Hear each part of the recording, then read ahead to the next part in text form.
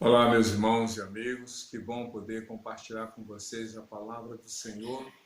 E agora estamos avançando nos estudos, na reflexão, na meditação, nos Salmos. Agora será o Salmo 35, esse que vamos aqui ter um tempo de reflexão. Com certeza, algo de novo você tem aprendido, descoberto na palavra de Deus. Eu entendo que o propósito de Deus na palavra dele é, primeiramente, falar da grandeza dele, do amor dele, mas também apresentar como está o nosso viver, o nosso coração, e assim nós podemos refletir, reconsiderar os nossos caminhos e optar, escolher, decidir viver pela fé na palavra do Senhor. O Salmo 35, que também foi escrito por Davi, tem uma coisa muito interessante, é que alguns escritores e alguns comentaristas bíblicos acreditam que não é uma, digamos, coincidência o Salmo 35 ser uma sequência do Salmo 34 em termos de conteúdo. Não é só uma questão numérica, o 35 antes do 34. É porque o Salmo 35, de alguma maneira, traz à tona alguns temas apresentados no Salmo anterior. O Salmo 34, por exemplo, se você observar, ele tem 22 versículos, ele é um acróstico. Cada versículo começa com uma letra do alfabeto hebraico. E o Salmo 35 traz em destaque alguns desses temas que vamos observar ao longo dessa reflexão. Mas como os outros salmos, ou a maioria dos outros salmos, esse 35 começa com um apelo, começa com uma súplica, começa com um pedido feito por Davi. Diz assim a palavra do Senhor: Defende-me, Senhor, dos que me acusam, luta contra os que lutam comigo. Vejam só, ele faz um pedido: defende-me, Senhor, dos que me acusam, luta contra os que lutam comigo.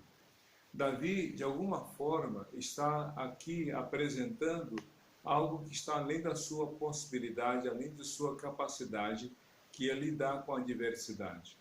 Nós somos fortes por um pouco de tempo quando enfrentamos alguma dificuldade.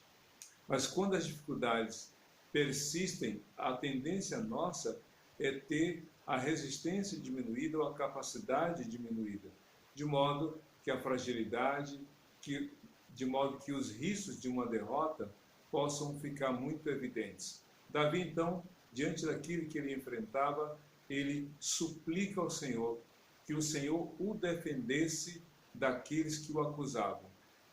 Esse é um campo de batalha que não são as armas bélicas usadas, não é a espada, não é o dardo, não é a lança, mas são palavras, palavras ferinas, palavras acusatórias, palavras difamatórias. E aí ele pede: Deus, me defenda daqueles que me acusam. Sabe por que Davi fez isso, falou isso? Porque chega uma hora, se o outro não ama você, tudo que você fizer pelo outro será rejeitado. Se o outro declara e tem convicção de que você é culpado, por mais que você queira apresentar suas defesas, não vai acreditar. Então, quem que pode defender a causa daquele que é visto como realmente o culpado? Por isso que Davi diz: só o Senhor, só Deus pode defender. Tem hora que não dá para você levantar a sua voz e tentar argumentar, porque o outro lado não pensa de forma diferente. Estevão, por mais justo que fosse de fato, ele estava sendo julgado e acusado e condenado realmente à morte. Ele disse: Deus, perdoa estes porque eles não sabem o que fazem. Ou seja, Estevão estava ciente de sua consciência de não ter culpa, muito embora as pedras foram lançadas contra ele a ponto de tirar-lhe a vida. Então Davi fala: Senhor, me defenda os que me acusam. E aí ele completa: luta contra os que lutam comigo. Ou seja, seja não só o meu defensor, mas que o Senhor entre no campo de batalha daqueles que realmente se colocam contra mim. Somente Deus nos defende, somente Deus nos protege, somente Deus nos guarda. E como é que Deus faz isso? Ele usa de vários meios, e um deles é a oração de outras pessoas. Lembra lá no livro de Êxodo, quando a Bíblia fala que Josué liderou os hebreus numa guerra contra os amalequitas. E a Bíblia fala que Moisés subiu ao monte. Enquanto as suas mãos estavam levantadas, a Bíblia diz que Josué e os seus soldados avançavam contra os inimigos. Mas quando as mãos de Moisés abaixavam devido ao cansaço, havia o contrário, eram os inimigos que avançavam contra Josué e os seus soldados. Então, diz a Bíblia que Ur e Arão colocaram a pedra, deixaram Moisés sentado, e aí cada um deles segurava uma de suas mãos, e isso permaneceu até o final do dia, e diz a Bíblia que Josué venceu. E aí, nesse caso, após a vitória, a Bíblia fala que Moisés falou: Jeová Nissi, ou seja, Deus é a minha bandeira, Ele que me defende, Ele que me protege. Seja realmente o Evangelho de Jesus, o próprio Senhor, o seu defensor, Ele que vai lutar contra aqueles que lutam contra você. E então aqui, a partir do verso 2, Davi apresenta algumas questões interessantes. Por exemplo, toma os escudos, o grande e o pequeno, levanta-te e vem socorrer-me. Empunha a lança e o machado de guerra contra os meus perseguidores. Dize a minha alma: eu sou a sua salvação. Além do campo de batalha, ou melhor, além das ideias, que era o campo teórico, o pensamento, a acusação, esse campo de batalha que era psíquico, que era mental, que era a acusação, que eram as palavras, Davi sabia que havia outro campo de batalha. Então ele convida o Senhor, na verdade ele suplica ao Senhor que o Senhor entre nesse campo de batalha e que o defenda. É interessante que ele diz: toma os escudos, o grande e o pequeno, levanta, empunha a lança e o machado de guerra contra os meus perseguidores. É claro que Davi estava usando uma figura de linguagem. Deus não tem armas como as armas humanas. As armas do Senhor são poderosas nele. Paulo disse: porque embora vivendo como homens, nós não lutamos segundo os padrões humanos. Ele fala isso em 1 Coríntios capítulo 7. Porque as armas da nossa luta são poderosas em Deus. Ou seja, Deus é que nos guarda, e a palavra dele, as armas que ele nos disponibiliza, são a oração, a fé. Lembra da armadura de Deus? Faça uso da armadura de Deus, o capacete da salvação, a couraça da justiça, o cinto da verdade, as sandálias do evangelho da paz, o escudo da fé e a espada do Espírito. São armas espirituais. E Davi então pede para que Deus entre em campo, nesse campo de batalha, para defendê-lo. Diz assim: e dize a minha alma: eu sou a sua salvação. Davi estava num momento tão crítico, semelhante ao que ele falou no Salmo 34, e disse: Senhor, diga para mim, fale comigo, diga para mim que o Senhor é a minha salvação. Tem hora que a gente está num campo de batalha tão aguerrida, a batalha, tão difícil, tão cruel, que a gente acha que está sozinho, que a gente acha que está desamparado. Parece que a gente está sozinho no fronte, no campo de batalha, ou dentro da trincheira, escondido, sozinho. Não, Deus não nos abandona, Deus não nos deixa sozinhos, Deus não nos coloca numa condição de: olha, problema é seu. Deus está sempre conosco. E então Davi pede a Deus: Senhor, diga para a minha alma, eu sou a sua salvação. Ou seja, eu dependo inteiramente do Senhor. Eu dependo inteiramente do Senhor. Você depende de Deus? Você crê que realmente Deus está lutando com você? É interessante, quando Neemias foi reconstruir os muros da cidade de Jerusalém, ele disse: o Senhor lutará por nós. Isso lá em Neemias capítulo 4, a partir do verso 20.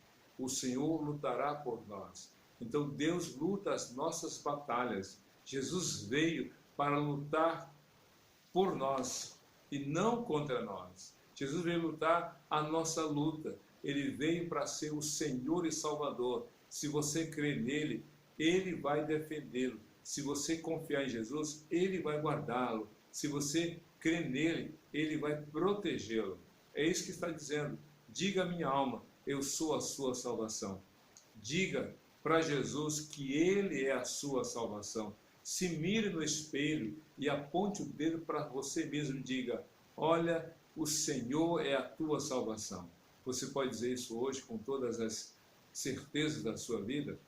O Salmo continua, no verso 4, sejam humilhados e desprezados os que procuram matar-me, retrocedam envergonhados aqueles que tramam a minha ruína, que eles sejam como a palha ao vento quando o anjo do Senhor os expulsar. Não é uma palavra fácil para se dizer e muito menos para se ouvir. Talvez alguém não consiga entender. Como assim? Como é que a Bíblia fala de... Como é que o salmista pede para Deus destruir, desbaratar os seus inimigos? É muito simples isso. Porque se você está enfrentando uma luta, você tem que orar para Deus intervir, para Deus agir a favor de você que confia nele. Mas Deus, como já falei outras vezes, não pode agir na vida daqueles que não confiam nele. Vamos olhar como exemplo a história de Saul e a história de Davi. Saul foi o primeiro rei, mas houve um momento no seu início de reinado que ele escolheu desobedecer a Deus. Ele deixou de ouvir os profetas, ele chegou a matar alguns profetas, ele chegou a destruir uma cidade inteira, matou 70 e poucos profetas e destruiu a família deles, a própria cidade. Isso porque ele deu ouvidos a uma mentira. Olha que coisa maldosa e perniciosa. Mas quando houve um sufoco na vida de Saul, ele quis ouvir a Deus e Deus não lhe falou nada. Por quê? Porque quando ele pôde, ele se recusou a ouvir o Senhor. E aí então, Deus se afastou dele porque ele havia escolhido se afastar de Deus. No sentido oposto, Davi foi um homem segundo o coração de Deus. E no momento de dificuldade, no momento difícil, Davi clamava humildemente ao Senhor, como o Salmo 35, e Senhor, aqueles que lutam contra mim, eu sei que o Senhor vai lutar contra eles, e eles serão vencidos. Olha só, o homem, quando é justo, correto em suas ações, vive pela fé, Deus luta por ele. Mas se o homem realmente desobedece a Deus e não crê em Deus, na verdade ele está vivendo contra Deus, lutando contra Deus. Se ele luta contra Deus, como Deus vai defendê-lo? É isso que a Bíblia está dizendo em outras partes. Aqui no versículo 7 diz, já que sem motivo prepararam contra mim uma armadilha oculta e sem motivo abriram uma cova para mim, que a ruína lhe sobrevém de surpresa, sejam presos na armadilha que prepararam, caiam na cova que abriram para a sua própria ruína. Realmente é uma atitude dura, difícil, mas lembre-se, Davi aqui não está querendo vingar ou fazer justiça com as próprias mãos. Davi está suplicando, primeiro, a proteção de Deus e, segundo, que Deus cuide daqueles que intentam o mal contra ele. Sabe aquela pessoa maldosa que joga uma casca de banana para você escorregar, cair, se machucar e depois a pessoa ri dizendo, não olhe por onde anda, o problema é seu. É isso que as pessoas maldosas fazem. É isso que o maligno faz, é aqueles que seguem o caminho dele, praticam. As pessoas que realmente não temem a Deus, não amam a palavra de Deus, certamente não vão amar aqueles que amam a Deus e obedecem a sua palavra. Não há meio termo. E então Davi pede para que Deus o guarde, para que Deus o proteja. Aqui no versículo 11 do Salmo 35 ele diz, testemunhas maldosas enfrentam-me e questionam-me sobre as coisas que nada sei. Elas me retribuem o bem com o mal e procuram tirar minha vida. Contudo, quando estavam doentes, usei vestes de lamento, humilhei-me com jejum e recolhi-me em oração. Saí vagueando e pranteando, como por um amigo ou por um irmão. Eu me prostrei enlutado, como quem lamenta a sua mãe. Vejam só, Davi aqui está falando de alguma forma de ingratidão. Por que de ingratidão? Ele aqui está falando. Porque ele está dizendo o seguinte: quando aquelas pessoas precisaram de mim, eu me importei com elas, eu orei por elas, eu as visitei, eu jejuei por elas, eu me fiz como aquele amigo que vai visitar aquele que está doente, eu saí vagueando e pranteando como um amigo ou por um irmão, eu me prostrei enlutado como quem lamenta por sua mãe. Ou seja, Davi havia se exposto no seu amor, na sua empatia, nessa preocupação com o outro, no sofrimento do outro, ele se importou, ele buscou a Deus. Mas qual foi o troco que ele recebeu? De tanto empenho, de tanta dedicação, de querer fazer o bem para o outro, qual foi a resposta? Aqui no verso 15 ele diz: mas quando tropecei, eles se uniram ou se reuniram alegres, sem que eu soubesse, ajuntaram-se para me atacar, e eles me agrediram sem cessar. Que coisa! Veja só no verso 16: como ímpios, caçoando do meu refúgio, rosnaram contra mim. Que ingratidão! Olha, se há uma coisa tão ruim quanto a ofensa, né, feita contra a ferida feita, é o desprezo. Mas tanto a ferida feita ou o desprezo, o que isso mais preocupa, o que machuca o coração, é quando o desprezo ou a ofensa é praticado ou são praticados por aqueles que você amou, que você se dedicou, que você cuidou. Nós comemoramos alguns dias atrás o Dia das Mães, e quantas mães se lamentam de serem esquecidas pelos seus filhos.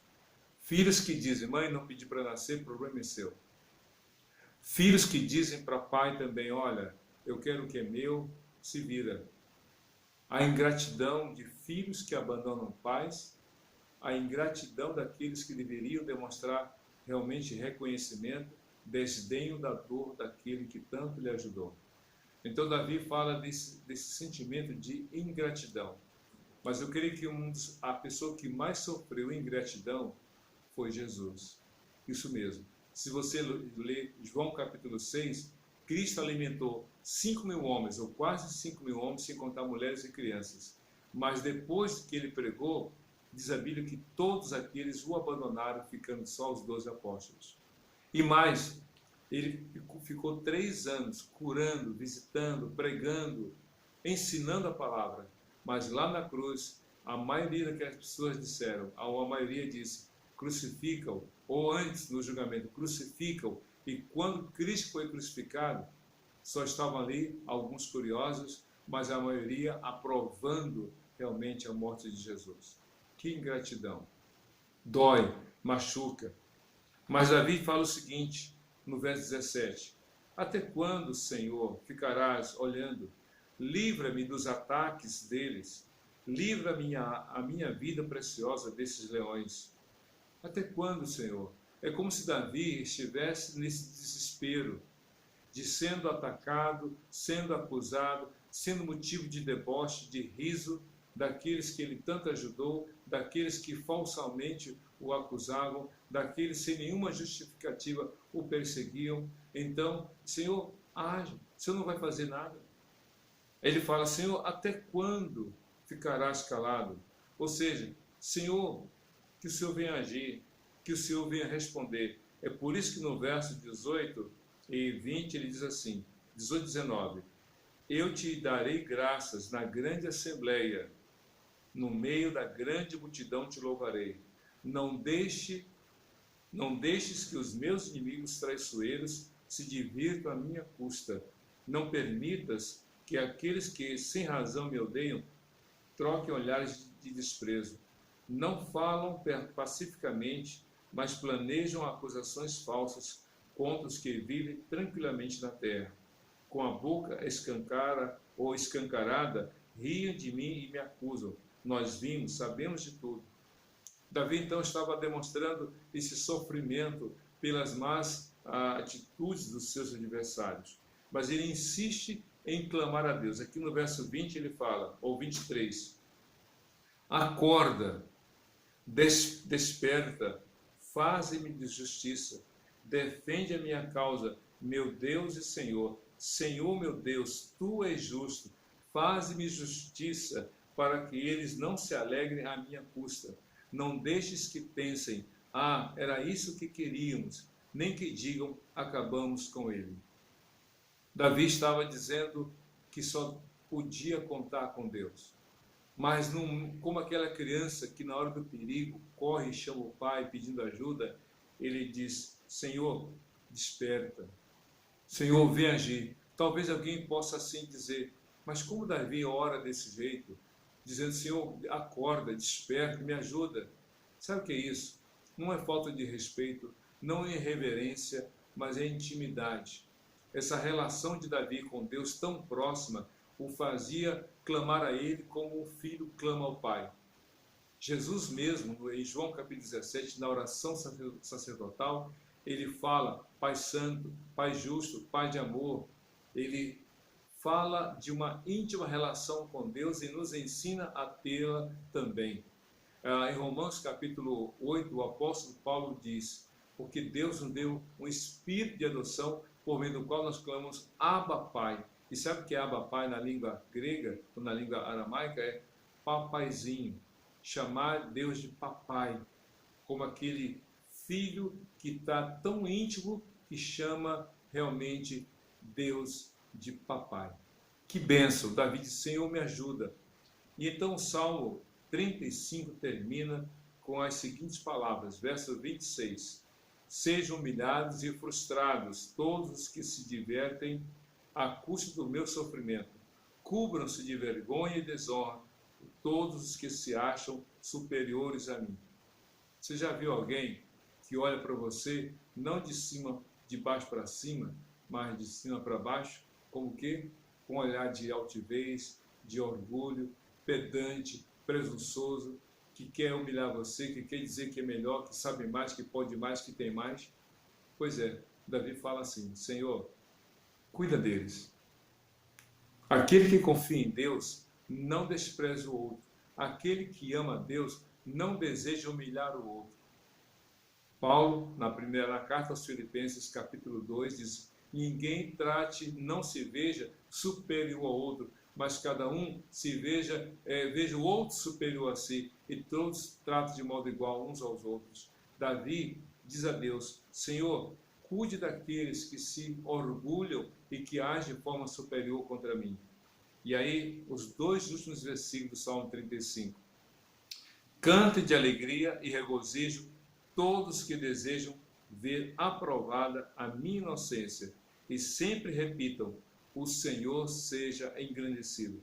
E sempre repitam, o Senhor seja engrandecido. Que você diga para Deus, ou diga para o seu vizinho, diga para a sua família, ou convide os seus amigos a falarem, seja o Senhor engrandecido. Em meio à dificuldade, em meus problemas, engrandeça o nome do Senhor. E aí ele completa, no verso 28, minha língua proclamará a tua justiça e o teu louvor o dia inteiro. Uma coisa que eu observo nos salmos escritos por Davi, principalmente, é que o salmo pode até começar escancarando uma dor, fazendo um pedido desesperador, fazendo uma súplica de angústia, de sofrimento. Mas sempre termina, na maioria deles, com uma palavra de fé, de esperança e confiança.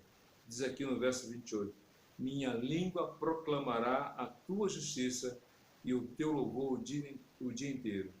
Que não sai da sua boca, a não ser palavras que engrandeçam a Deus. Que a sua língua só fale aquilo que diz respeito a exaltar o nome do Senhor. Ventos vêm e passam, tempestades vêm e passam, nuvens densas vêm sobre nós, mas o vento as leva. Sabe por quê?